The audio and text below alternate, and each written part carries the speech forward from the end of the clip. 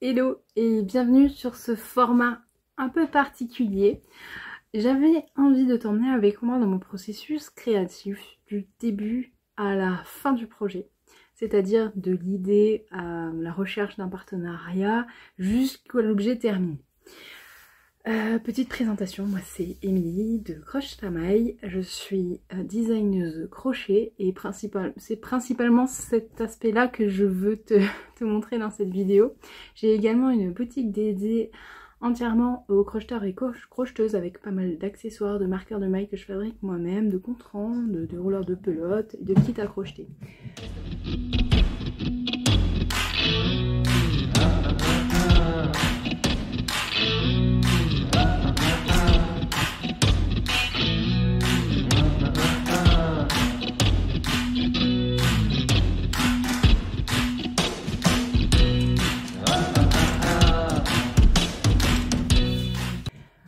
Pourquoi ces vidéos?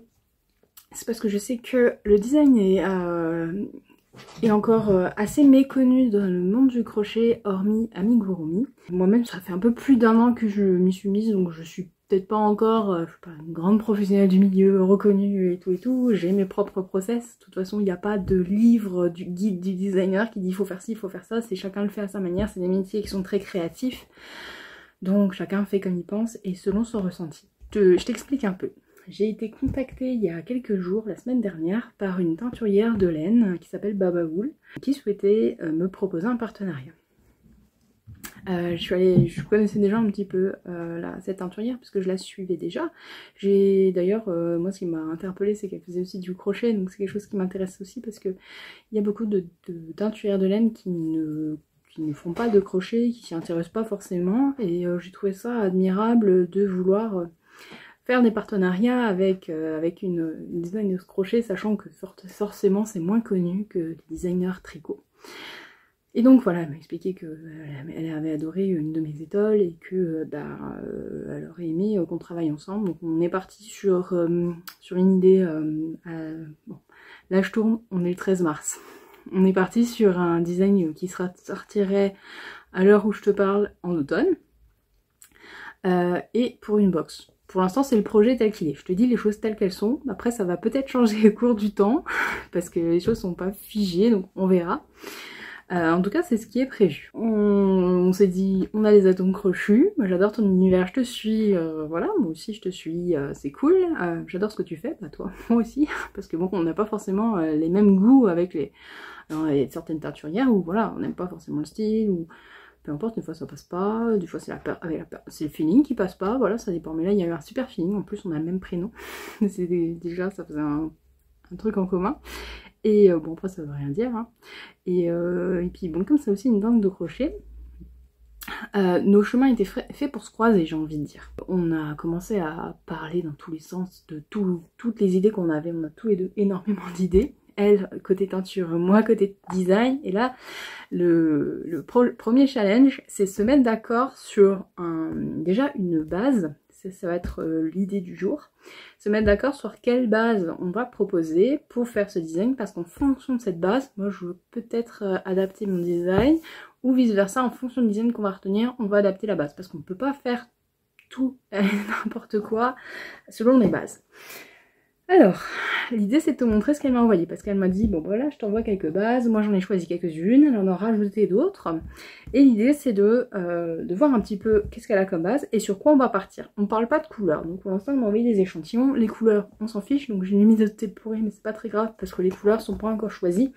Il y a déjà des idées, mais là déjà si on détermine la base, après elle, je vais faire un petit mood board pour lui donner un petit peu une idée de ce que j'avais en tête au niveau couleur. Mais on bossera ça sur un deuxième temps, chaque chose en son temps. Donc elle m'a envoyé tout plein de petits échantillons. Et j'ai envie de te parler de toutes les bases qu'elle m'a envoyées, parce que c'est des petites merveilles. Elle m'a envoyé tout ça, donc c'est des petits mini comme ça, juste l'idée c'est de me faire des petits carrés pour voir comment la laine se comporte, quelle est...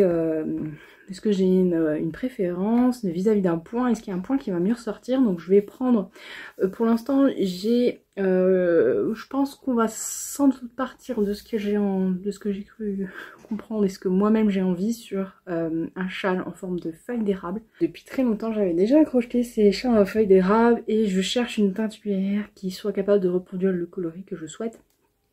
Et je me dis que ce serait, que ce projet-là serait parfait. Pour son idée de box d'automne, puisque c'est ce qu'on a retenu pour l'instant. Si jamais on part sur ce modèle, j'ai besoin d'une base DK. Alors, elle m'a envoyé une Classic 19 classique en 100% Merino Super Wash. Donc on a un fil qui est très dodu, en DK, qui est hyper agréable à toucher. Hein. Si vous entendez que ça bouge, c'est les chats qui font le bordel. Hein. Vraiment... elle est sensationnelle ça. Bon, c'est la DK, on va dire la basique, une 100% Merino Super Wash, c'est ce que j'ai l'habitude de crocheter. Donc là, je resterai dans ma zone de confort, ce qui est une idée en soi. Je sais pas si jamais tu... ouais, ça se voit quand même pas mal. C'est vrai que j'ai une lumière un peu pourrie. Je sais pas si je peux améliorer un petit peu. Ouais, là c'est un chouï mieux. On s'en occupe pas. Donc on voit que c'est un fil qui est quand même assez épais. Donc une DK, ça se crochette en 5 mm au moins. Si je déjauge, 5,5, ça va dépendre après de ce que je veux en faire. Et donc on a un fil qui m'a l'air assez gonflant de ce que je vois à l'œil nu. Ensuite, on est un peu dans un autre style, on est sur une base tweed. Alors la base tweed c'est quoi? En fait il y a des petits naupes gris là, et en fait tout l'intérêt c'est qu'ils prennent pas la couleur. Et donc là on est sur un 85% Merino, 15% naupe, donc il y a quand même pas mal de naupes dedans.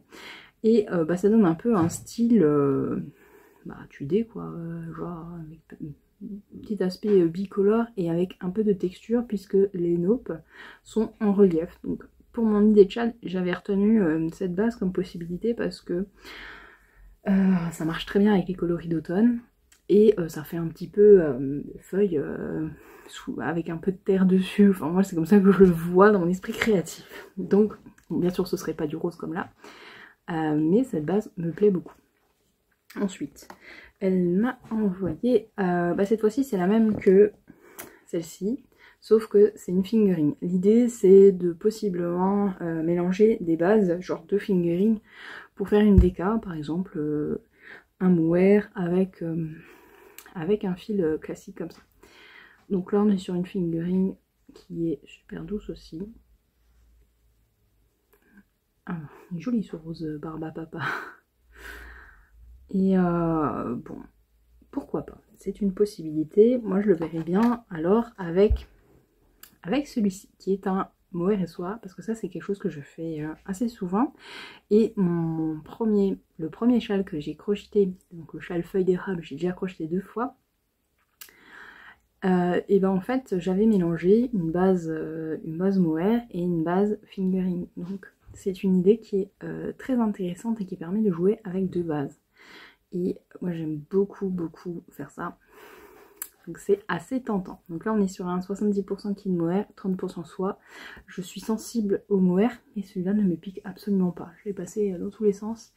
Il est hyper doux et alors bon, moi ce que j'aime beaucoup c'est le fil de soie à l'intérieur qui rend vraiment tout l'aspect soyeux, hein, c'est le cas de le dire, et qui apporte une brillance de la couleur supplémentaire. Et le fait qu'il soit mélangé avec un autre fil, on a un mixage de la couleur parce que le halo du mohair va prendre le dessus sur l'autre fil.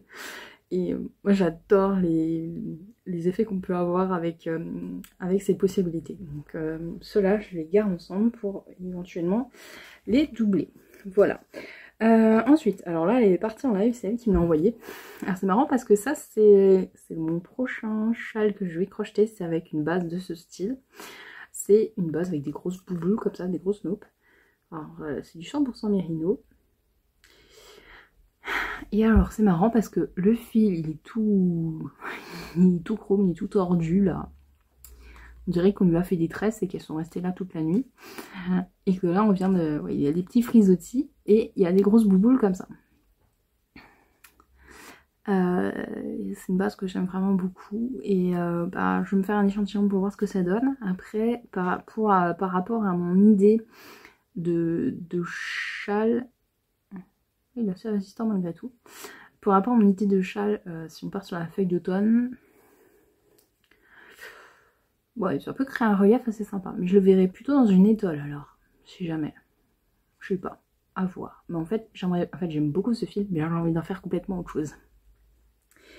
Ensuite, nous avons... Ah, là, elle a fait péter les paillettes. Superbe idée aussi, c'est vrai que c'est beau. Et on est sur une 75% mérino avec 5% brillant et 20% nylon.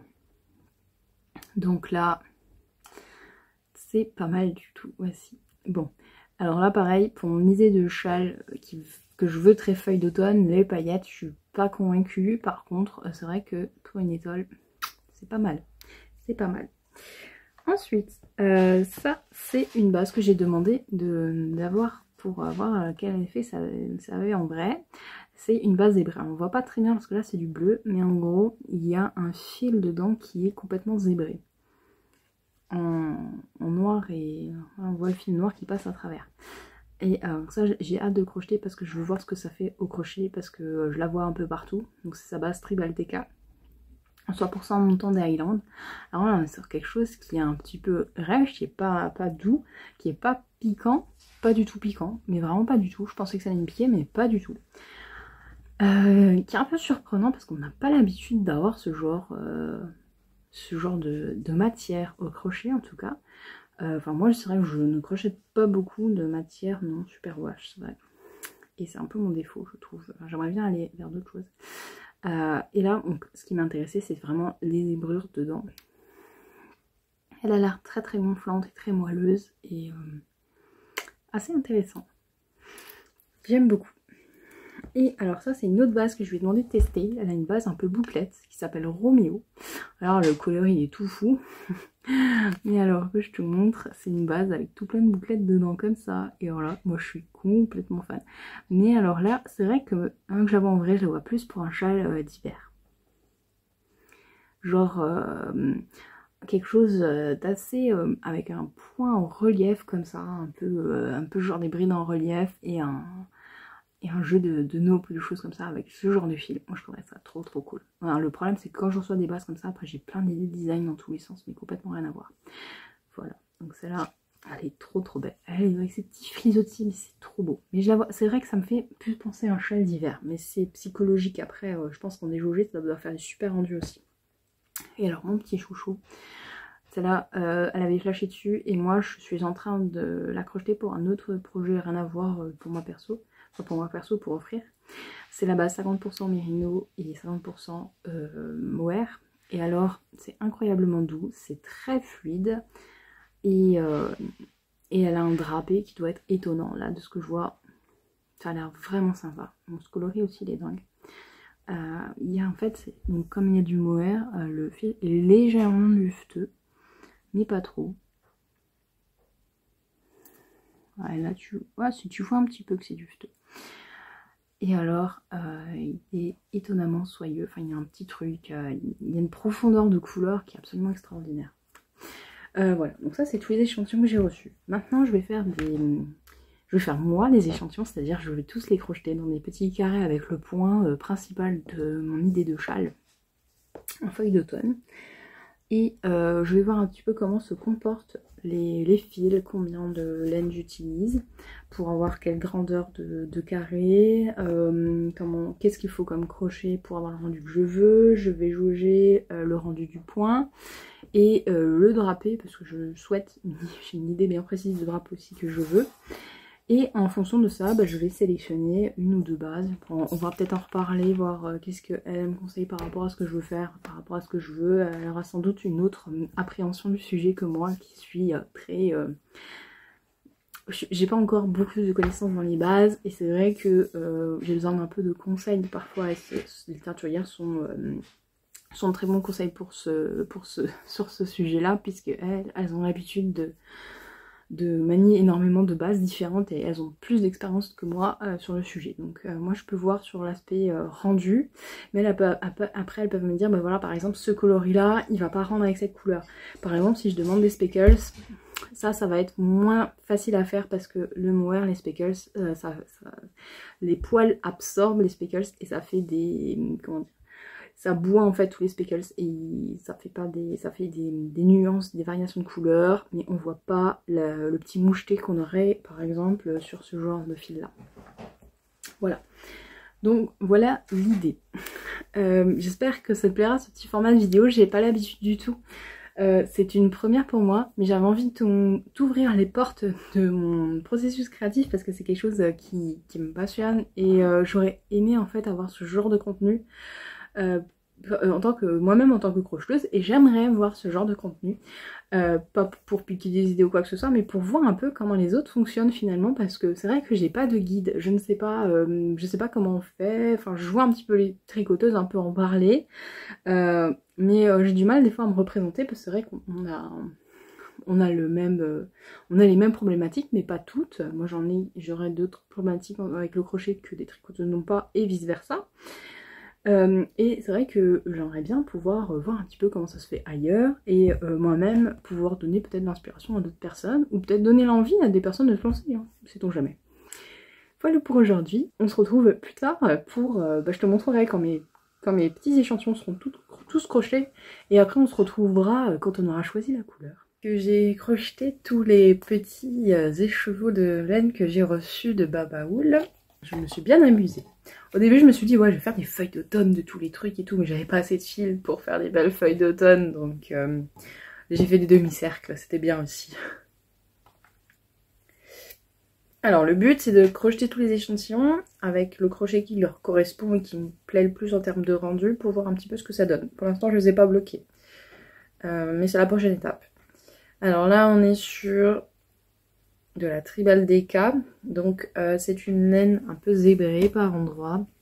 La composition c'est des moutons des Highlands, donc c'est un fil qui est un peu, il n'est pas aussi doux que ce qu'on a l'habitude, mais je pense que c'est le genre de fil qui s'adoucit après quelques lavages. C'est pas désagréable du tout, mais c'est vrai que c'est un peu rugueux comme ça. Mais alors par contre la peau ça pique pas du tout. Non, ça pique vraiment pas. Pour ça je suis un peu sensible quand même, et ça pique pas. Niveau rendu, on est sur quelque chose d'assez peu souple pour l'instant. Comme j'ai dit, il faut bloquer pour être sûr et savoir. Donc, on attend de blocage pour voir. Par contre, c'est bête, j'ai déjà attaché toutes les petites étiquettes pour bloquer. C'est un peu con, mais bon, pas grave. Ensuite, j'ai fait celui-ci qui est la tweed. Donc la tweed, il y a des petits moutons là noirs, les petites bouloches qui donnent un effet tweedé à la laine. C'est d'ailleurs ce que je suis en train de crocheter en ce moment, c'est de la tweed aussi. C'est pas de la même, c'est pas la même origine, c'est pas la même marque et tout. Là c'est de la BC Garn. Et voilà, là on voit parce qu'il y a plusieurs bouloches de couleurs différentes. En termes de rendu, c'est assez joli et ça marcherait bien avec un coloris d'automne. Ça fait un petit peu, il reste il reste un peu des résidus de terre sur la feuille qu'on vient d'extraire du sol. Donc assez intéressant, et elle a une belle souplesse. Voilà la différence. Vous voyez, celui-là, il est un peu moins fluide que là. On voit que ça peut être sympa. Après c'est sûr que là on part quand même sur un grand châle, donc s'il est pas très fluide c'est pas grave, mais j'aime bien la notion de fluidité avec la feuille, ça me plaît bien. Ensuite le truc foufou c'est Roméo, ça qui est une comment on l'appelle, une bouclette. C'est une bouclette, donc c'est un DK, c'est en 100% mérino. Et alors c'est marrant, toutes ces petites bouclettes là, ça fait une toile de peinture pour les couleurs. Je trouve ça trop joli. Ouais, ça mélange un peu les couleurs et ça fait des petites touches. Je trouve ça trop beau. c'est chaud, par contre on voit pas du tout le point. C'est hallucinant, hein, la différence entre deux bases, on voit pas du tout le point. Et alors là, on est sur une fluidité un peu différente. Celui-là, je le vois plus en fil d'hiver. Genre un bon col avec ça, ou un châle tout doudou. Tout doudou, oui, ouais c'est ça. C'est le matin. Je trouve que ce serait vraiment pas mal. Bon, à réfléchir, mais pas pour ce design-là. Ensuite, alors là, on est parti dans les paillettes. Elle est géniale, les paillettes sont hyper belles. Là, les paillettes dans cette couleur, on dirait que, bah maintenant si ça avait été un coloris d'automne, on dirait que ma feuille est juste mouillée après une grosse pluie. Et j'aime beaucoup parce que ça fait un effet de brillance qui pourrait être assimilé à de l'eau. Ce coloris est juste dingue, franchement j'ai craqué. Hein. Il y a du bleu marine, du rose, du rouge, du marron, un peu de bleu plus qui tire sur le pétrole. Vraiment très très belle couleur. Bon bref, on juge pas la couleur ici, c'est que les bases. Donc là c'est une déca mais avec des brillants et je pense que ça doit être... Ah je vais y arriver. Pas du Lurex l'autre. La Stellina. Voilà. C'est la Stellina vu les paillettes que ça fait. Donc plutôt intéressant aussi.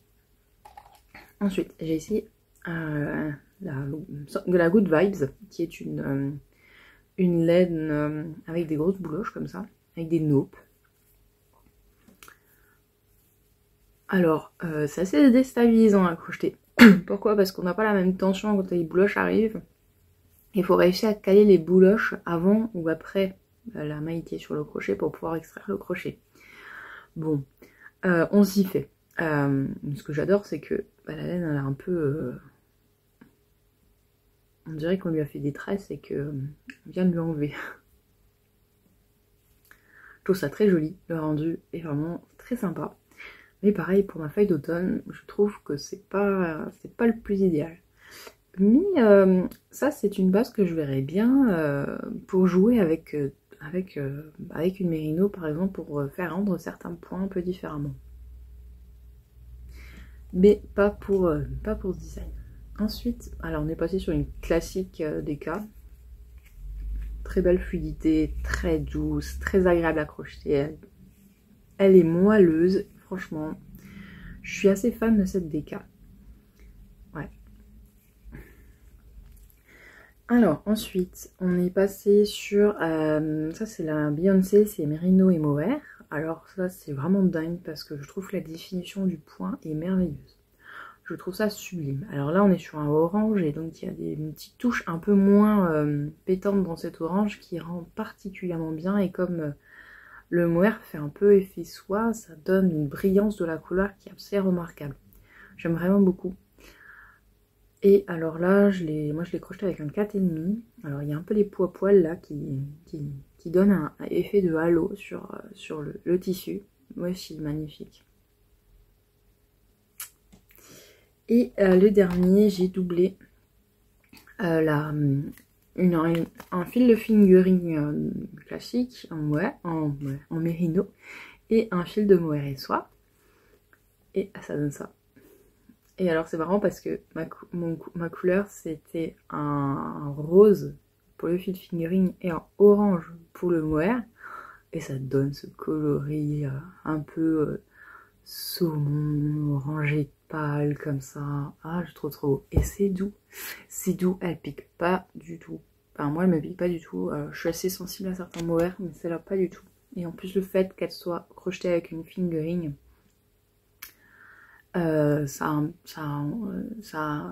absorbe aussi un petit peu l'effet mohair parce que c'est plus 100% mohair quoi. Le fil de soie dans le mohair donne un effet de brillance pareil de la couleur qui est absolument magnifique.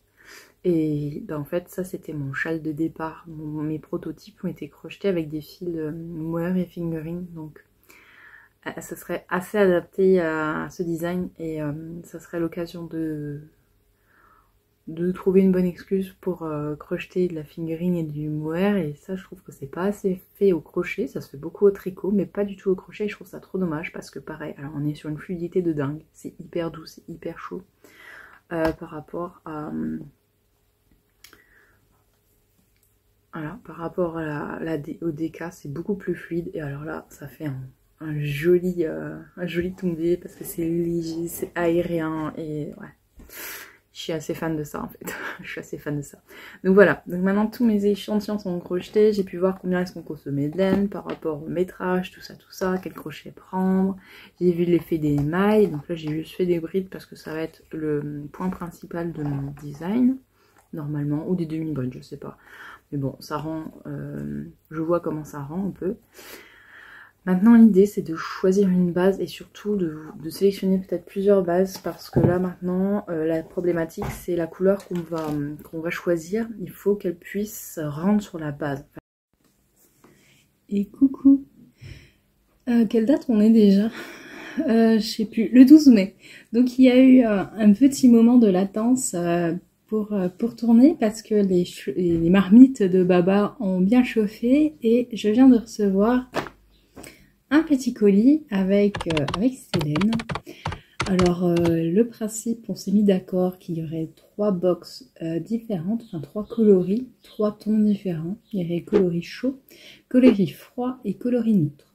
Pour le coloris chaud, je lui ai transmis un mood board de ce que je voyais comme couleur pour aller dedans.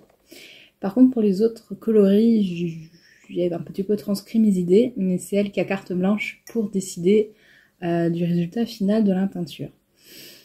Alors c'est à découverte, j'avais envie de l'ouvrir avec toi, donc j'ai juste ouvert le paquet pour éviter de faire trop de bruit. Je suis là avec mon petit café, je viens de rentrer du boulot, et j'avais envie de découvrir le contenu du colis avec toi et découvrir les couleurs de cette box ton chou.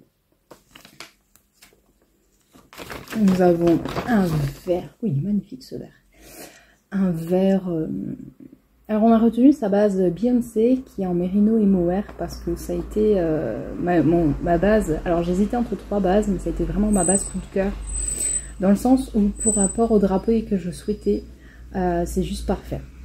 Donc on a ce vert, c'est pas tout à fait un vert émeraude, il est difficile à décrire, j'aurais dit entre un vert émeraude et un vert forêt, mais il est plus émeraude. Bref, un beau vert. Ensuite, nous avons un jaune ocre. Nous avons un joli coloris, je sais pas s'il rendra bien. Voilà, qu'est-ce que c'est beau. Un joli rouge, mais vraiment un rouge qui tire légèrement sur un orangé, mais très légèrement. C'est pas un rouge vif, quoi. Et on a un deuxième. Voilà. Je lui avais demandé 2 écheveaux du même coloris. Et les 2 autres, je lui avais donné un peu les tons que je souhaitais. Et elle m'a concocté ça. Finalement, on est parti sur des solides. Oui, je pense qu'on peut dire solides. Même s'il y a quelques nuances, parce que c'est des teintures à la main quand même. Parce que par rapport à cette base, c'est ce qui allait le mieux, par rapport à ce qu'on souhaitait, c'est ce qui allait le mieux, et je trouve ça vraiment parfait. Ces couleurs sont absolument sublimes. Voilà, j'ai hâte de commencer. Et regarde-moi ce tombé, c'est doux, c'est doux. Ah, j'ai envie de me rouler dedans. Et ben voilà pour la découverte, je suis trop contente, vraiment ça va vraiment bien avec ce que j'imaginais dans ce châle. Sur une box d'automne, je trouve ça juste trop bien. Et la suite, alors ce qui va se passer c'est que je vais les bobiner. Et alors j'ai encore un design sur, j'ai même 2 designs en cours, mais un qui est plus urgent. Donc je vais finir celui qui est urgent. L'autre design va dormir un petit peu parce que j'ai un autre design aussi urgent qui va arriver. Mais juste après le premier design urgent, l'autre j'ai pas encore les laines donc je peux pas le faire tout de suite. Je vais commencer à travailler sur ces beautés.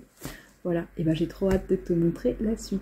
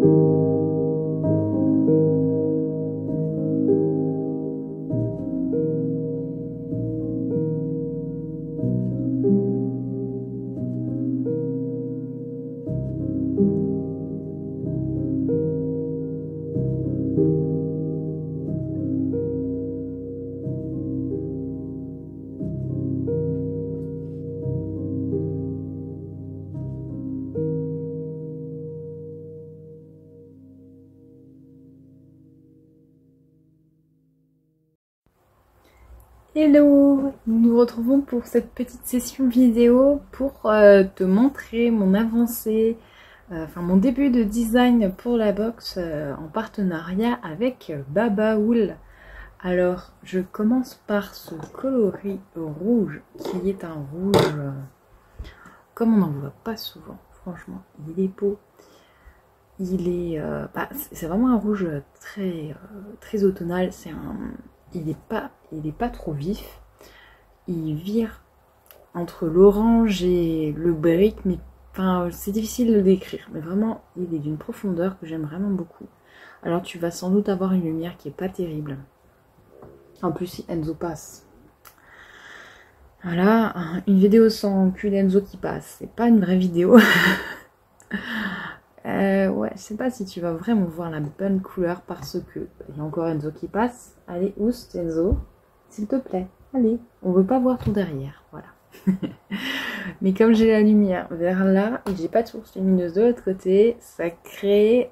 Et les rouges sont très difficiles à rendre en vidéo, mais là en plus ça crée beaucoup de lumière par là et pas assez par là, et ça fausse un petit peu la balance des couleurs que l'appareil photo règle automatiquement. Mais il est magnifique. Il est magnifique, j'adore. Comme il y a du mohair dans le fil, ça crée encore plus de brillance dans le fil. Et voilà mon début. Ça va être vraiment aérien, donc pourtant je suis en 3,75, hein, mais c'est vrai que le rendu est top. Ça fait un peu dentelle au début, mais c'est juste le temps que la forme va se créer. Mais c'est pas prévu que ce soit hyper ajouré non plus, hein. Il va y avoir ces espaces qui vont rester tout le long, puisque on crée la feuille en laissant des augmentations et en laissant des mailles en sauter sur sur les creux là. En plus j'ai le crochet qui va parfaitement avec la couleur de la laine, c'est même pas fait exprès. Ça va trop bien. Voilà, donc je suis en train d'écrire le patron en même temps que je le crochette, donc chaque rang, chaque fois j'écris le patron et je crochette chaque rang pour voir. Je fais pas toujours comme ça, mais pour les débuts, pour moi c'est plus simple. Et puis après je vais lâcher mon crochet et je vais écrire le reste du patron en calculant. Voilà pour ce début. On se retrouve pour peut-être une prochaine couleur. Donc là j'hésite en fait, j'aimerais bien noyer un peu les couleurs. Je te montrerai une feuille d'inspiration qui a servi, enfin je te montrerai le moodboard qui a servi à la création des couleurs pour que tu comprennes un petit peu, parce que j'aimerais faire une feuille avec aussi bien le vert et le jaune dedans, et je veux créer, je veux qu'on change de couleur, je veux pas qu'on travaille deux couleurs sur le même rang, je veux pas qu'on ait à couper à chaque fois les fils, et j'aimerais bien un petit peu noyer de façon aléatoire les couleurs. Donc je réfléchis à un point qui permette de faire ça. J'en ai quelques-uns en tête, notamment en laissant des mailles en l'air et en allant choper dans le rang en dessous, avec une autre couleur pour créer un petit peu ce jeu de la couleur elle commence plus bas que le rang où on crochette, sans avoir à s'amuser à suivre le fil et à faire quelque chose du genre jacquard, intarsia ou mosaïque. Je réfléchis, on verra ce que ça donne plus tard. Et je dis hello, je sais pas trop, parce que moi il s'est passé un petit peu de temps entre les deux sessions de vidéo. On se retrouve pour que je te parle de ce châle que je suis en train de designer pour une collaboration avec Baba. Mais bon, puisque tu es déjà là depuis le début, tu le sais sans doute. Je sais jamais comment introduire, parce que moi en fait je tourne là et j'ai l'impression que ça fait des lustres que je suis pas venue, alors que je crois que c'était hier. Donc là on est le 19 juin et il est 20 h. Et je suis en train de tester un point pour ce châle. Alors en fait je t'explique mon dilemme, c'est que j'aimerais le faire bicolore et jouer avec les couleurs, et que la couleur soit se fonde d'un rang sur l'autre. Et je réfléchis, en fait il n'y a rien qui me satisfait, parce que ça complique considérablement le patron de faire ce genre de choses. En gros je voulais faire quelque chose d'aléatoire pour répéter un petit peu les changements de couleur naturels sur la feuille, mais en fait au lieu que mon explication fasse une ligne, ça en fait 3, parce que je ne peux pas noter, répéter tant de fois ce qu'il y a entre les astérisques. Et comme je veux en faire un patron débutant, que je ne sais pas si jamais je vais développer... Enfin, franchement, ça complique considérablement le patron, non seulement les équations écrites, mais aussi le futur diagramme que je vais faire plus tard. Et je suis pas convaincue non plus de ce que ça donne. Donc ça c'est le test. Voilà. En fait, je pense... Enfin, donc là, il y a certaines mailles où j'ai laissé des trous pour les occuper avec ma couleur verte là qui arrive. C'est le cas par exemple ici. Mais étant donné que mon châle a déjà des branches comme un peu une étoile, et ben on voit pas vraiment que ça se fond dans un rang en dessous. Alors je pense, enfin voilà, moi je suis pas convaincue. Quand le point donne un effet waouh, l'effet waouh escompté qu'on complexifie, ça me dérange pas et puis ça va dans le bon sens. Mais là, vu que ça le complexifie et que finalement on voit pas grand chose de ce que je souhaitais, je me dis que je vais peut-être rester à quelque chose de simple. D'autant plus que je souhaite quand même que le patron soit accessible aux débutants et de se retrouver avec trois lignes d'explication à suivre méthodiquement, qui vont en plus grandir parce qu'on va avoir de plus en plus de mailles. J'ai peur de décourager certaines personnes. Et c'est pas le but. J'ai vraiment envie que chacun puisse faire ce châle. Déjà, la complexité, ça va quand même être une grande pièce avec 4 écheveaux de 100 grammes en fingering. Donc ça va quand même être une grande pièce sur le long terme. Si en plus, il faut suivre 50 pages d'explications, j'exagère un peu, ça va saouler un peu, je pense. Enfin, moi, ça me saoulerait en tant que crocheteuse. Donc, je ne vais pas retenir cette idée. C'est aussi le défi de faire du design, c'est qu'on défait beaucoup parce que finalement on a des choses dans notre tête et une fois crochetées, ça donne pas forcément ce qu'on souhaitait. C'est pas grave, donc là j'en suis. Alors, je précise aussi que je n'ai pas fait d'échantillon parce que je vais mesurer mon échantillon dans le début du châle. Il n'y aura pas un échantillon où on va dire faire un carré de 10 x 10. Moi quand j'ai des châles de forme un petit peu, comment dire, un petit peu original, un peu différent de ce qui se fait, je préfère faire l'échantillon directement dans ce qu'on a fait parce que très souvent quand on va dire il va falloir faire un échantillon carré, on n'a pas la même tension quand on travaille en carré en aller-retour que là quand on travaille on est à peu près en 3/4 de cercle pour l'instant. Bon, ça va devenir un demi-cercle, mais pour l'instant on est en 3/4. Donc c'est pour ça qu'on va mesurer l'échantillon. Je précise que j'ai pas fait d'échantillon parce que mon échantillon en fait c'est ça. C'est pour ça que je m'entraîne sur ces points, sur cet échantillon là. Et que j'ai pas un carré ou quoi où je m'entraîne. Parce que d'habitude c'est ce que je fais quand j'ai des grosses pièces, genre des pulls, enfin des pulls non j'en ai pas encore fait. Mais quand j'ai des grandes étoiles ou des choses comme ça, je m'entraîne sur un carré où je fais les rangs que je souhaite avec les points que je souhaite pour vérifier le rendu, si ça me plaît, etc. Donc là je travaille sur le prototype final. Exceptionnellement, après forcément si jamais à un moment donné je vais intégrer un point et que j'en suis à 500 mailles par an, je vais faire un autre échantillon un peu dans ce style là, j'en ferai un autre et je travaillerai dessus parce que si jamais je dois me rendre compte de l'effet du point sur une dizaine de rangs, quand on a 500 mailles et quand on a 40, c'est pas la même chose. Petite astuce logique, mais c'est vrai que quand on débute, on n'a pas forcément ce genre de réflexe. Et bon, moi je me suis déjà fait avoir plusieurs fois, hein, on va pas se mentir, je suis pas très bonne élève de la chère théorie, hein, j'ai besoin de faire mes erreurs pour les comprendre et me dire que je le ferai plus. C'était aussi pour enfin le but de ce petit épisode qui sera pas si petit finalement, c'est vraiment de te montrer les embûches aussi du design, que finalement il y a certaines personnes qui disent ouais bon t'as pris ça, t'as fait ça et puis voilà c'est fait, mais en fait c'est pas si facile. C'est pas parce que on modifie un patron qu'on sait faire du design et qu'on est prêt à designer à titre professionnel.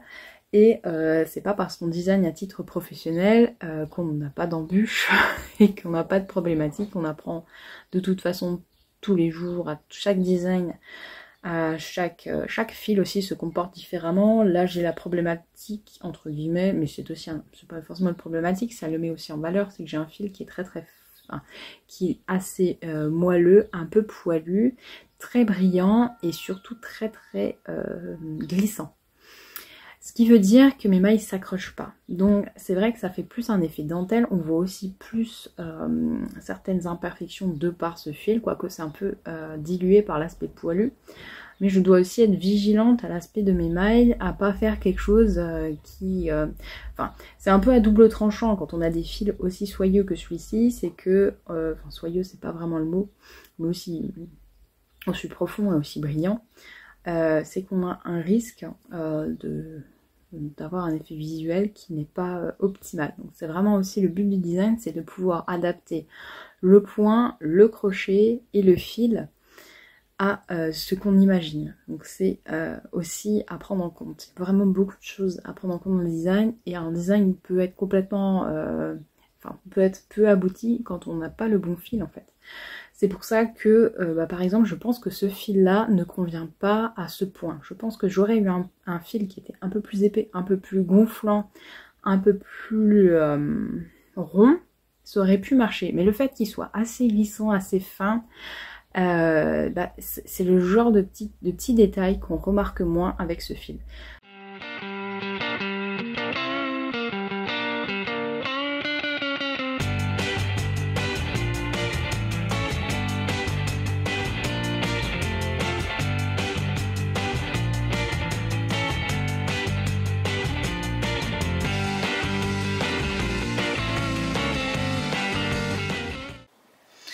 Et salut!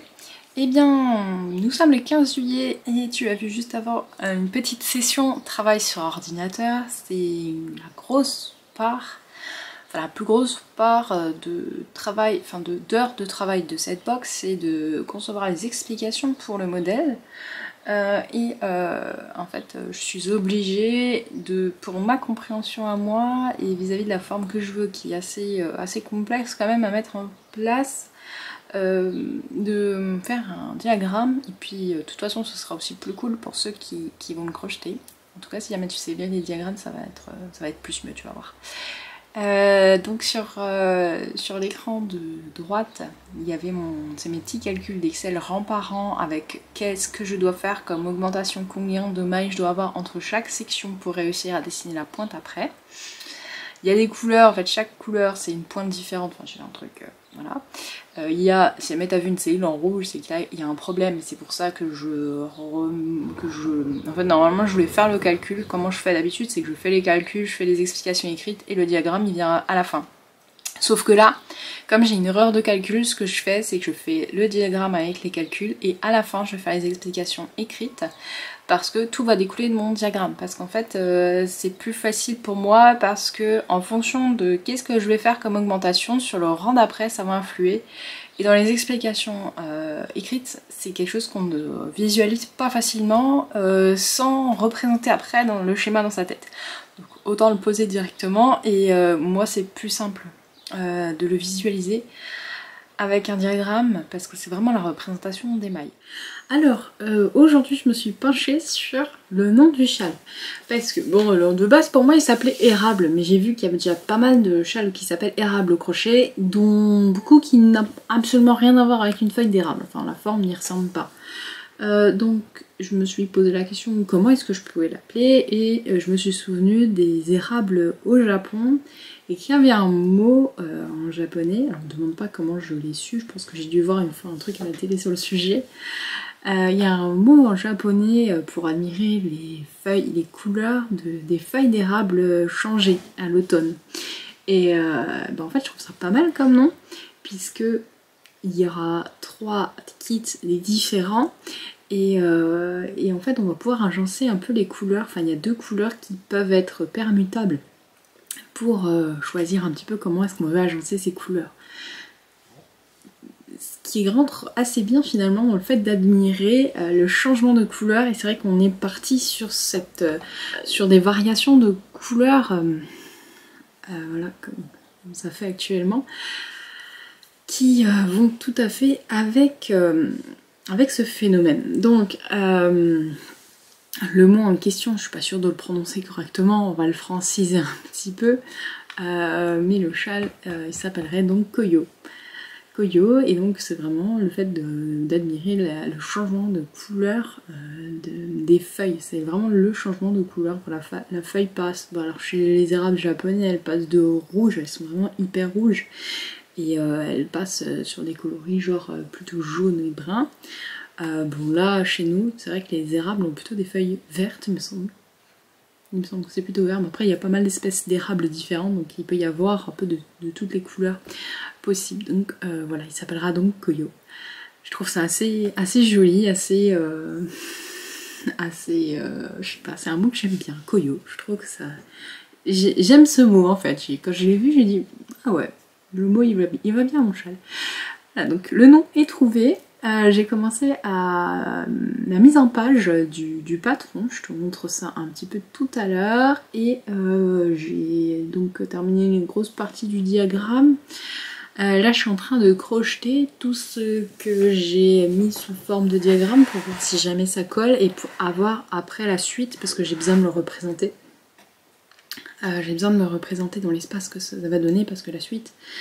il va y avoir un petit point technique pour créer les pointes, et moi j'ai besoin de tester avec mon châle pour voir comment ça donne avant de le mettre sur le diagramme, parce que faut que je sache comment placer mon fil et comment j'écris ça. Voilà. Alors par contre j'ai pas encore fait comment dire, les explications sont écrites que jusqu'au rang 14 pour l'instant, et la suite faut que je me motive à le faire.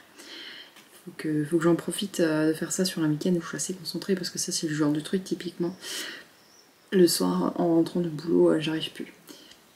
Et là j'ai dû défaire parce que j'étais au téléphone quand j'ai crocheté, hein, ne jamais faire deux choses à la fois, et je me suis plantée de rang pour les explications, donc genre au lieu de faire 7 brides là, j'en ai fait 5 d'un côté, enfin des trucs vraiment débiles quoi, des erreurs débiles. Donc j'ai défait là 2 rangs entiers, ça fait un peu de fil quand même, parce que mine de rien on se rend pas trop compte, enfin je me rends pas trop compte, mais là chaque rang compte à peu près presque là 200 mailles en fait sur ce rang rouge là. Donc ça fait défaire pas mal quand on doit défaire. Et quand je vois mon chat, je me dis mais mince, j'ai que ça et j'arrive déjà à la séparation. Bon là j'ai encore 2, 3, 4, 5 rangs.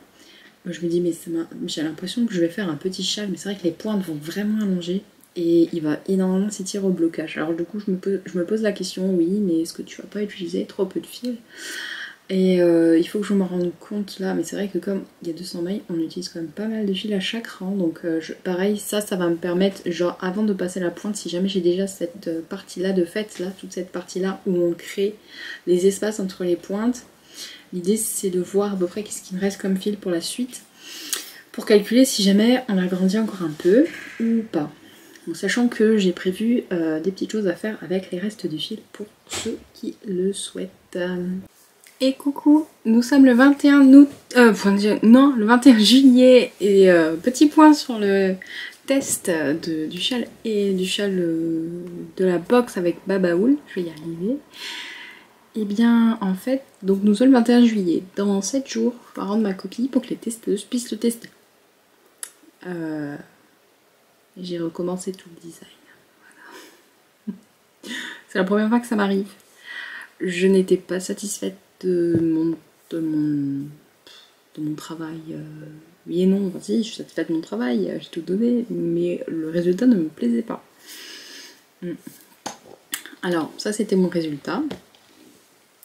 Je vais t'expliquer pourquoi.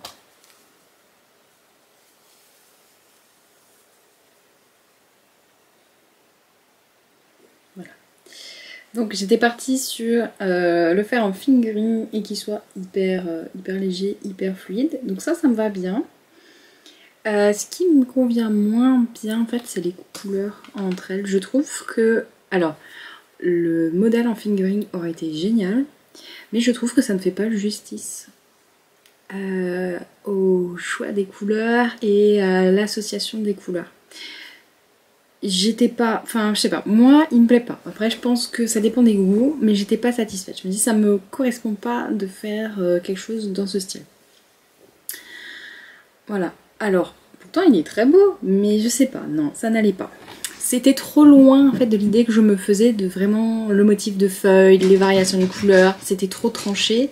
Et alors c'est vrai que sur la globalité ça va, enfin, je pense que le résultat aurait été très bien, mais ça n'allait pas avec l'idée que je me faisais de base, voilà. Donc j'ai donc là je l'ai laissé en stand-by, donc je suis quand même arrivée à un stade, voilà, j'avais tout écrit, diagramme, etc. Mais voilà, c'est pas grave, en fait. Au plein milieu, je me suis dit, mais en fait, j'ai regardé combien j'avais de fils qui me restaient, et il en restait beaucoup, et j'allais faire un truc immense, et tout d'un coup, je me suis dit, mais en fait, pourquoi je double pas le fil? Et au départ, je m'étais dit, je double pas le fil, parce que j'ai peur de pas en avoir assez.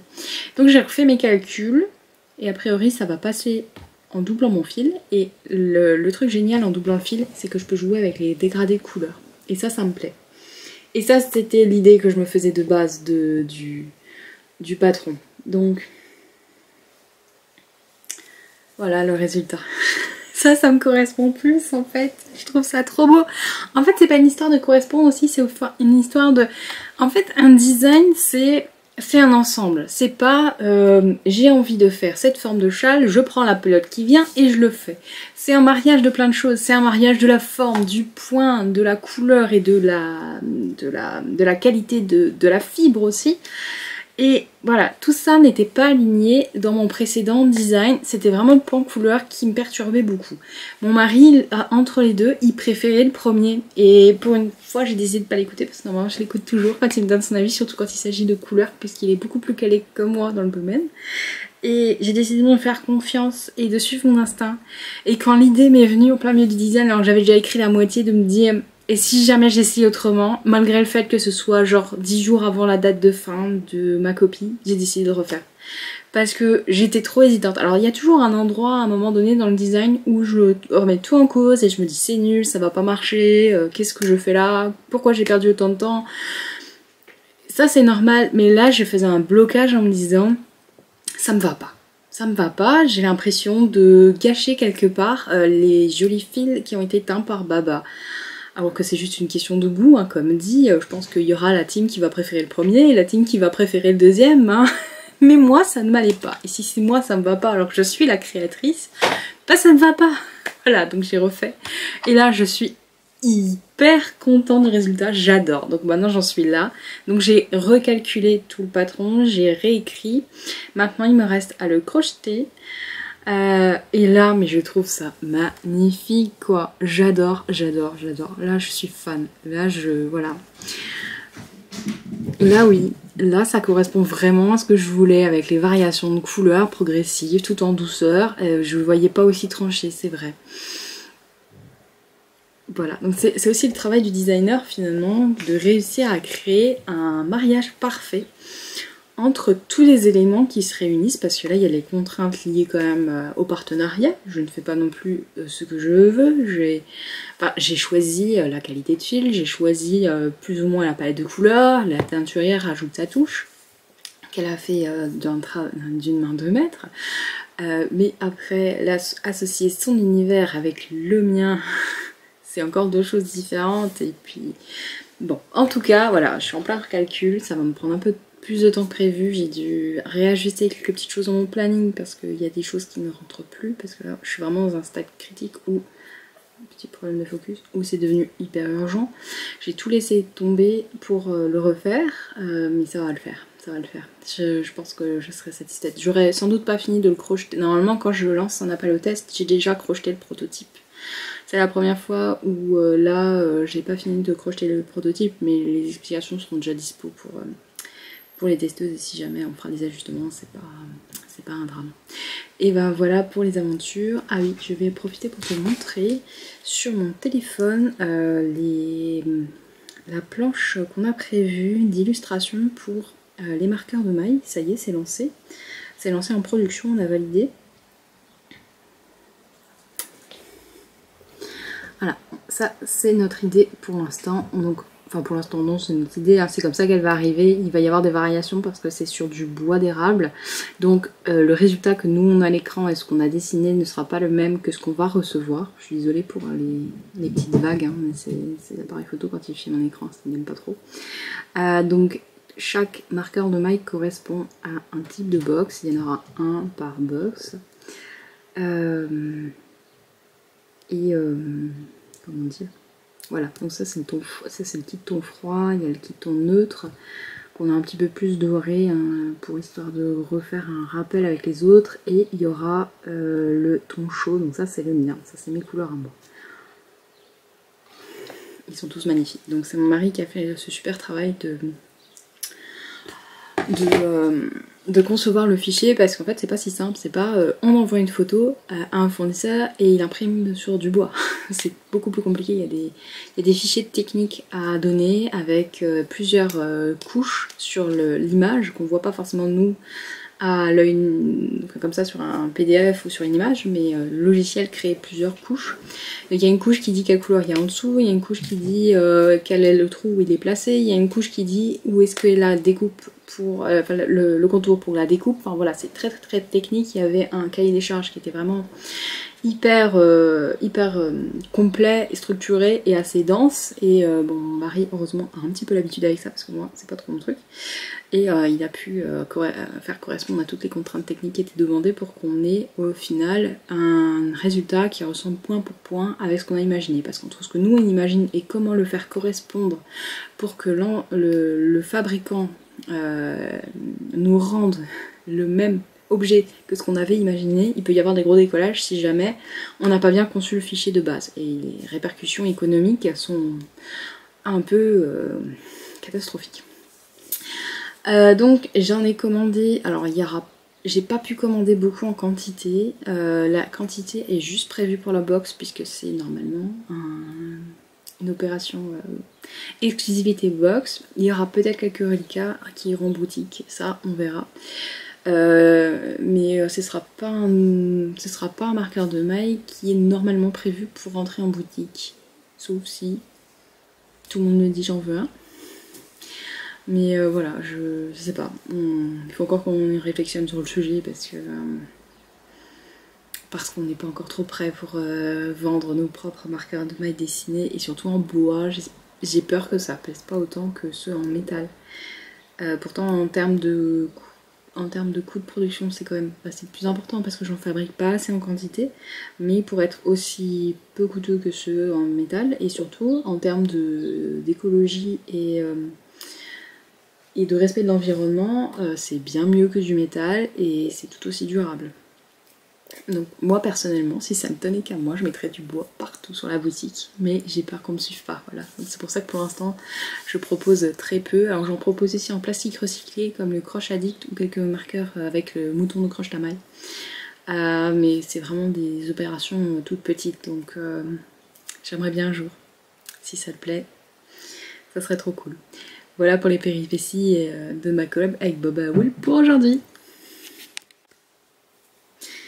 Hello, nous sommes le 26 juillet. Je voulais te montrer un peu où est-ce que j'en étais dans mon crochetage. J'avance bien. Là, je suis quasiment arrivée au bout de la première forme qu'il y a à construire, et après on va aller créer des pointes dans un deuxième temps. Mais là, on n'est pas trop mal. Voilà, donc il est grand, hein. Très très grand. Je n'arrive pas à te le montrer en entier, je crois. Alors attends, comme ça ira déjà mieux. Voilà. Ah, on est pas mal. Il est beau. Oui, il est beau. Ces laines sont magnifiques. Et franchement, je trouve que je n'ai jamais eu une aussi bonne idée que de les mélanger ensemble. Je trouve que... Alors, moi je suis une fan de gradient, ok, mais je trouve que le mélange fait quelque chose de vraiment magique. J'aime beaucoup. Voilà. Donc je suis hyper contente. Je me suis posé la question pour le vert, est-ce que je le faisais revenir à un moment donné? Je trouve qu'il n'était pas assez présent, donc il va revenir, mais plus vers les pointes.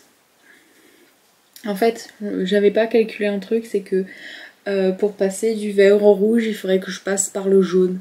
Donc à chaque fois, je me retrouve à devoir repasser par le jaune, repasser entre le jaune et le rouge, rouge et jaune et rouge, et après nouveau, enfin voilà, tu vois ce que je veux dire. Donc je me suis retrouvée à un moment donné, comme j'ai fait des sections un peu plus larges parce que je voulais créer un peu une irrégularité sur les coloris. Enfin, tu vois, là ça commence tout petit. Et là on a des zones un peu plus grandes de rouge. Et comme le rouge a quand même une prédominance, puisque c'est le fil dont la couleur dont j'ai le plus, comme j'ai 2 écheveaux. Donc voilà, j'ai été obligée un peu de passer par là. Et j'ai un peu trop étalé peut-être le jaune par là. Je voulais faire quelque chose d'assez lissé. Mais c'est pas grave, je vais créer la plus grande des pointes avec beaucoup de vert. Bon, ça va être bien aussi. Donc après pour les pointes, je vais repartir dans ces gradients, sauf que les pointes, comment dire, les pointes entre elles déjà n'ont pas la même grandeur, donc la séquence ne sera pas la même. Mais en plus je vais jouer un petit peu. Donc là pour l'instant je suis repassée. Tu veux bien faire, voilà. Je suis repassée en mélangeant le jaune et le rouge. Je crois qu'on a une zo qui arrive. C'est magnifique, j'adore le mélange. Et je vais peut-être, soit je termine par le jaune. Comme ça, tout de suite après, en fait. Si je termine par le jaune, l'avantage c'est que les pointes, après je peux décider de démarrer soit avec le rouge, soit avec le vert. Et je pourrais plus facilement accéder de l'une à l'autre couleur. Parce que j'ai essayé le rouge et le vert ensemble, ça fait trop kitsch, ça fait Noël, j'aime pas trop le rendu. Je sais qu'il y en a qui aiment le rouge et le vert ensemble. Mais là, dans mon modèle, je trouve que ça n'allait pas. J'ai essayé.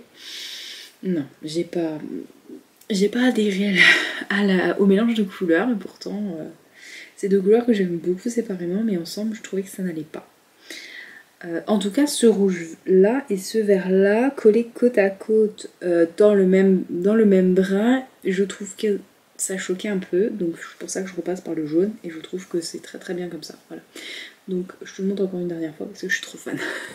Je suis trop contente d'avoir finalement d'avoir décidé de le refaire. Parce que, comme dit, moi je préfère cette version. Donc on n'est toujours pas d'accord avec mon mari. Alors cette laine à crocheter elle est juste dingue, c'est hyper agréable, c'est hyper fluide, ça glisse tout seul, vraiment j'adore. Bon bah je m'en vais faire des câlins à mon chat, je voulais crocheter mon chat mais a priori le chat a la priorité, n'est-ce pas? Il est trop mignon, attends faut que je te montre parce que il a sa tête qui est coincée, ah ça y est il a fini, ah c'était trop chou, il a sa tête en fait, il va le refaire, il va la coincer dans mon bras en fait, non tu fais plus? Bah maintenant qu'on te regarde, tu fais plus. Bon, c'est pas grave. Bon, alors je vais faire des câlins à ce chat qui en manque, hein, grave. Hein. Et puis, on se retrouve pour la suite des événements. Donc là, la prochaine fois que je te montre quelque chose, ce sera sans doute parce qu'il y a des petites goodies qui sont arrivées. Je t'en parlerai un petit peu.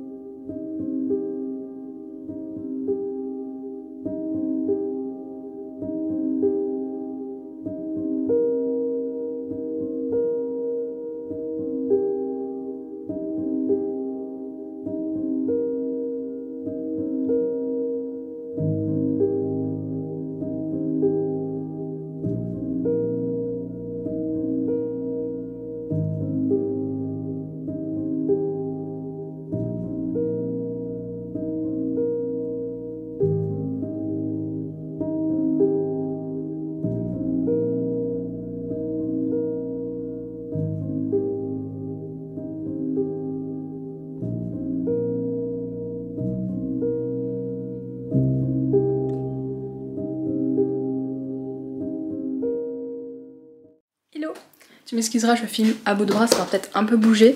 Je voulais juste te montrer un petit truc pour la collab avec Babaoul.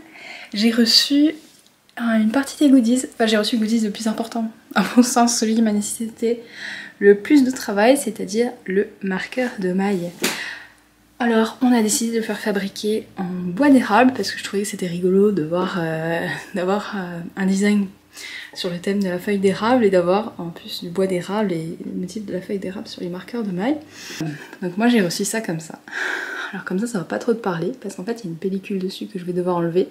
Donc j'en ai reçu une petite quantité donc il y a un peu de boulot. Il y a une couche recto verso et donc je te montre, on a fait 3 couleurs. La première, allez je te montre déjà l'arrière. L'arrière ça va être comme ça. Donc c'est quand même des grands marqueurs de maille, mais on peut se permettre de faire des marqueurs de maille un peu plus grands en bois parce qu'ils sont hyper légers. Ça c'est le bleu. On a repris le thème des fils pour aller avec le motif. On a le thème neutre.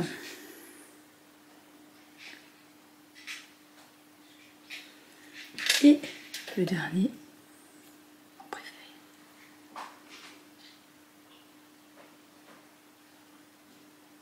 Voilà, trop contente. Les couleurs rendent super bien sur le bois, ça c'est vraiment génial.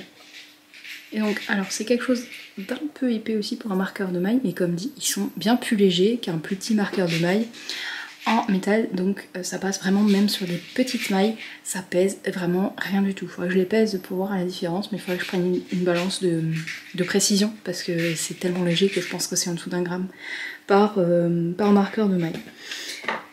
Voilà, donc pour la bonne surprise, donc là j'ai passé commande pour un autre goodies, donc ça va arriver je pense courant de la semaine, enfin fin de semaine. Et là il faut que je réfléchisse un peu comment je les monte. Parce que là il y a un petit travail d'assemblage, là on a fait mettre un trou pour les assembler sur dormeuse ou mousqueton, je vais voir un petit peu, pour aller sur un contrant ou pas. Ça c'est un peu la réflexion du jour. Donc, mon châle, mon prototype de châle est terminé, donc j'ai refait des adaptations et ça a pris un peu de temps parce que c'est la première fois que je finis un patron alors qu'il est encore en test. C'est un peu particulier parce que comme j'ai changé d'avis un peu en dernière minute et tout, tu as suivi l'histoire. Donc on est dans ma salle de bain, c'est pour ça que ça résonne un peu. Mon châle est en cours de blocage et je voulais te montrer là, à quoi ça sert le blocage et un peu comment ça se passe concrètement. Alors voilà la bête de mon évier. Donc il y a de l'eau. Alors il faut prendre froide ou tiède. Il ne faut pas mettre de l'eau chaude parce que les couleurs ont tendance à dégorger avec l'eau un peu plus chaude. Donc vraiment tiède ça suffit. Froid c'est bien. Enfin ça suffit largement. En tout cas pour un premier blocage c'est très bien.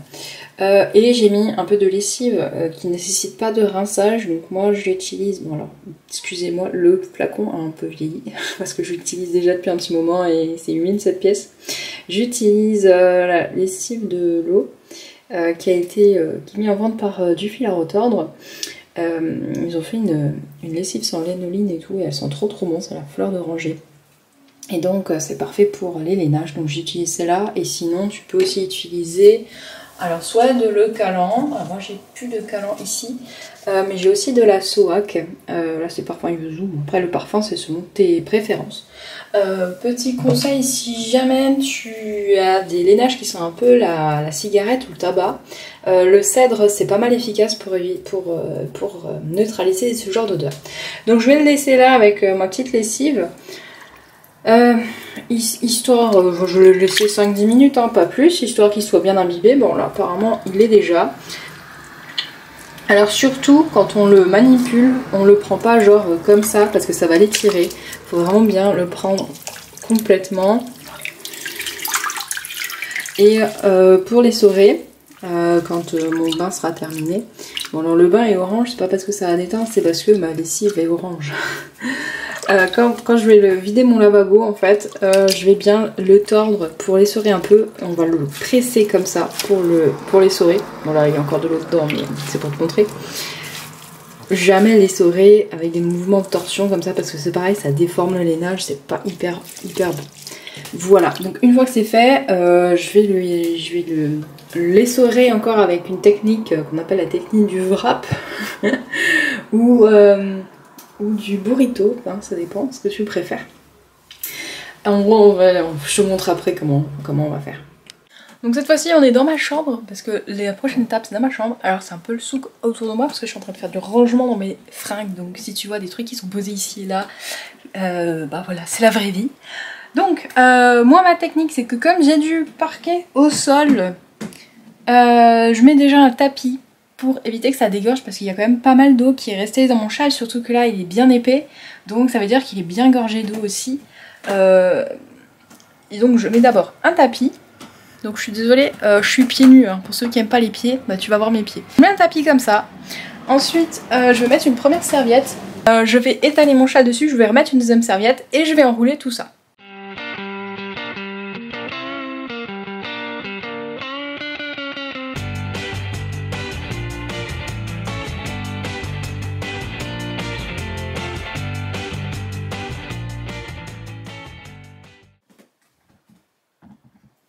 Alors voilà, maintenant on est côté lit, c'est ma plateforme pour moi où je mets mes carrés de blocage. Donc moi j'ai un kit comme celui-ci que j'aimerais bien intégrer bientôt en boutique parce que je le trouve vraiment bien. Avec des panneaux comme ça, assez épais, comme ça les aiguilles ne traversent pas. Et alors moi j'adore, c'est le carré, les petits carrés de quadrillage dessus, parce que ça permet de bloquer droit. Alors je sais pas combien il va m'en falloir, bon, il y en a 9 dans mon paquet, mais je pense qu'il m'en faut au moins 8, je dirais. Oh, je sais pas, on va voir. Je vais déjà déballer ça.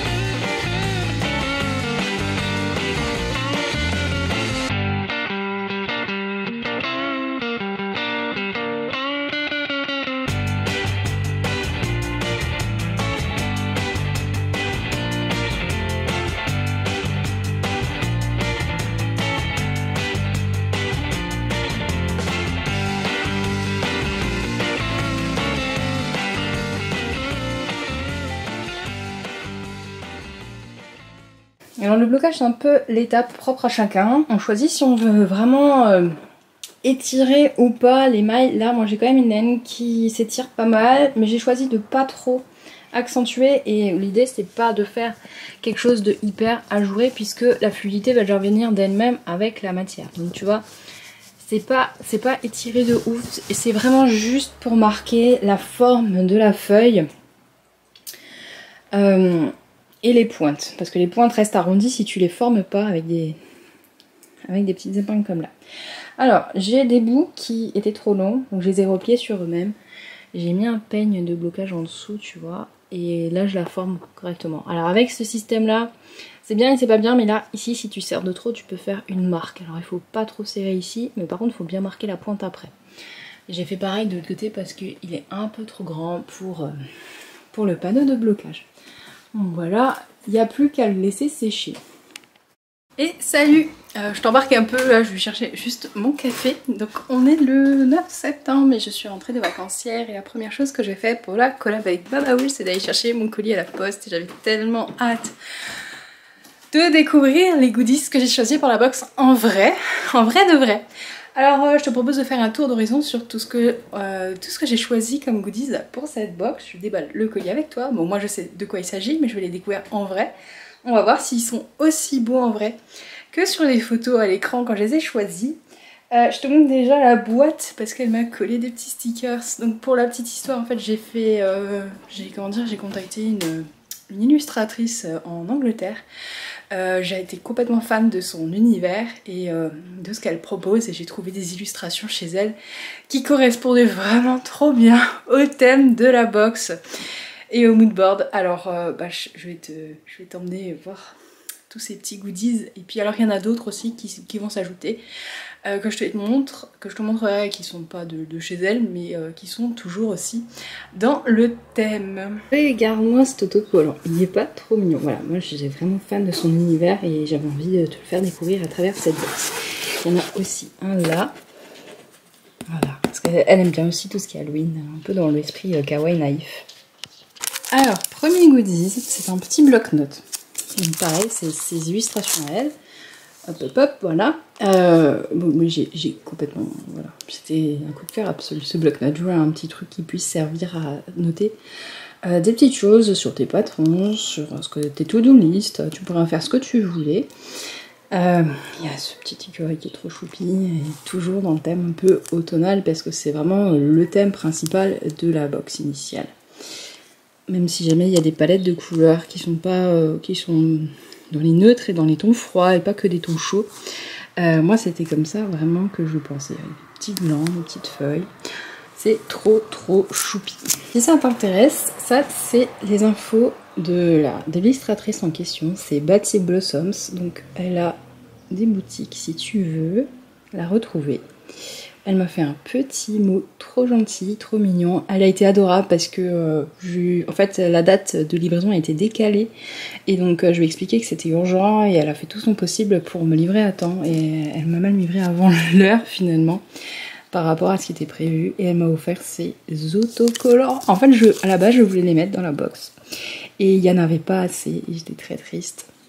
Et je voulais mettre celui-ci en fait, parce que j'adore les pumpkin spice latte, avec mon petit accent alsacien, ça fait trop bien. Et voilà, bon c'est pas grave, voilà. Cette illustration-là, je l'ai trouvée sur un autre goodies et je suis trop fan parce que c'était mon préféré. Un petit champ de pupille qui tire une feuille d'automne, c'était vraiment trop adorable. Alors dans chaque box il va y avoir une carte que je trouve absolument magique. Ouais c'est magique avec le champignon, les citrouilles, voilà. Donc il y aura une petite carte que tu pourras décider ce que tu souhaites. Voilà, c'est mon préféré. C'est un petit pins en bois que tu pourras soit accrocher sur ton châle, soit ailleurs, soit en sac à projet ou peu importe. Le mien il sera sur mon châle. Il est en bois, c'est un bois qui est éco-responsable, donc c'est du bois de bouleau me semble-t-il de mémoire. Faudra que je te confirme, pas totalement sûre. Enfin moi j'adore le bois, j'adore les pins en bois, les marqueurs en bois, moi je suis vraiment de plus en plus fan. J'ai surtout craqué pour l'illustration. Elle t'a mis ça sur une petite carte comme ça. Et on a un petit embout comme ça, avec un petit caoutchouc, et ça aussi c'est ce que je préfère parce que ça abîme pas trop et ça se prend pas dans les mailles, donc ça c'est nickel. Et bah là c'est trop bien parce qu'elle a pensé à me fournir des cartes de visite, comme ça je pourrais mettre sa carte de visite dans la box. Et puis bah, si jamais il y a des personnes qui sont intéressées par ces illustrations et ces petits goodies qu'elles vont avoir pas mal de goodies différents, et bah tu pourras les craquer chez elle. Bon moi je suis méga fan, c'est trop cool, vraiment c'est encore mieux que ce que j'avais imaginé, enfin ce que j'avais vu à l'écran, parce que enfin on a des surprises et là, mais alors je trouve surtout la beauté de ces cartes encore plus magique en vrai, ça fait vraiment féerie et c'est ce que j'avais envie. Donc il y a pas mal de petits champignons dans cette boîte, j'avais trop envie de champignons, je sais pas, c'était l'inspiration du moment, des champignons, des feuilles d'érable et une forêt un peu magique, en tout cas pour le thème goodies. Alors, je t'ai déjà montré les marqueurs de mailles et alors je te montre encore une dernière petite chose, deux dernières petites choses qui vont aller dans cette box. Bon, je suis désolée, on vit un peu avec les fenêtres ouvertes en ce moment et mon quartier est assez bruyant. L'autre petite chose que j'ai pensé, c'est c'est une grosse colère. C'est une épingle de châle, alors ça s'appelle, il y a différents noms. Je sais jamais d'ailleurs, on va le tenir. Pour moi c'est un accroche-châle, une broche à châle, enfin bref. Je l'ai choisi notamment à cause de ce petit détail qui me faisait penser à une pelote de laine, hein, et parce que le matériel, enfin, pour avoir un petit, comment dire, un petit rappel du bois, qui est quand même un thème central dans cette box, puisque la plupart des, enfin il y a deux goodies qui sont en bois d'érable. Et puis pour moi c'était vraiment le sous-bois, c'est l'aspect peu magique comme on a sur cette illustration là, d'ailleurs c'est vraiment mon inspiration du moment. J'ai également reçu les cartes patrons, aïe, je m'assomme avec, les cartes patrons, donc je me suis posé la question est-ce que j'en mets, est-ce que j'en mets pas, et de toute façon il faut que je les fasse imprimer parce que le patron sera dispo à l'unité plus tard. Alors attends, j'ai un peu trop de lumière. Voilà, donc ça c'est pour te montrer avec l'épingle ce que ça donne.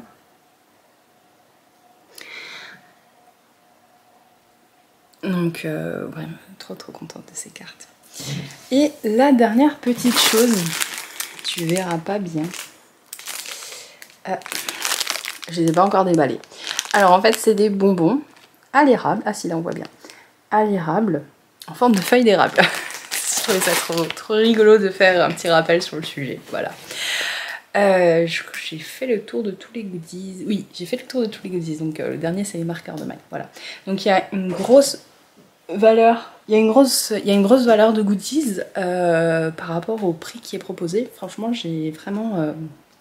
Ça me tenait à cœur de te faire vraiment une très belle box qualitative avec des beaux produits et de te la proposer malgré tout à un tarif avantageux par rapport à tout le prix des goodies séparément.